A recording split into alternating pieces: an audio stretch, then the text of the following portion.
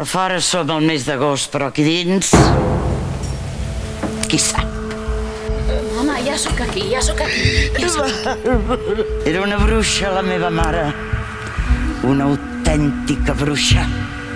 No estaríem més bé si ens deixéssim de mentides i diguéssim la veritat. Ja sabeu que hi ha un testament, oi, nenes? M'estimo més pensar que els meus pares estimaven igual totes tres filles. Ja, sí. Si em feia el salt o em deia que era una mala puta, jo pensava... No, tu te l'estimes. Potser el cinisme em ve de quan em vaig adonar que l'obligació de cuidar els nostres pares era meva i només meva.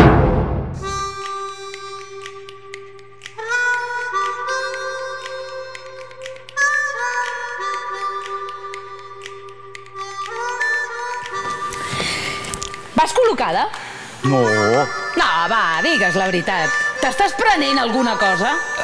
És com si tingués foc a la llengua. Vols guerra, eh? Perquè jo també en sé de trencar coses. Aquesta és la veritat, cony! Ja! Aquí és on jo volia anar a parar. Sí, escolteu-me bé. Tu no saps el que és passar les putes. Sí, ja sé que vas tenir una infància horrible. Però mira, qui més? Què has de saber, tu? Què has de saber? La història que explica és enorme perquè és una metàfora d'aquesta desintegració, d'aquesta desolació que estem vivint al segle XXI, d'aquesta crisi, però no crisi econòmica, sinó crisi de valors. Ets una bona persona, ets una dona honesta, divertida i fantàstica, i estic enamorat de tu!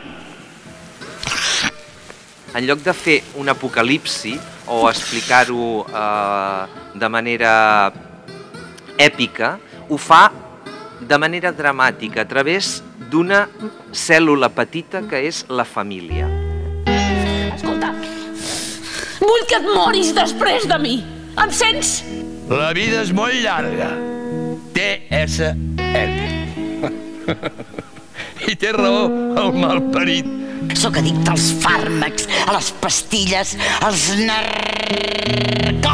Has deixat la cassola del meu estofat allà fora! Dins el cotxe més d'una hora i amb aquesta calor! Que ja hi vaig, que ja la vaig a buscar, collons!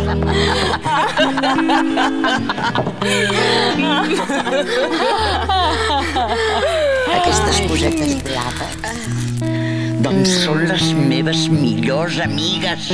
Collons! Aquí és casa meva! Casa meva! No ho has entès encara, oi? Ara sóc jo qui m'ha d'aquí!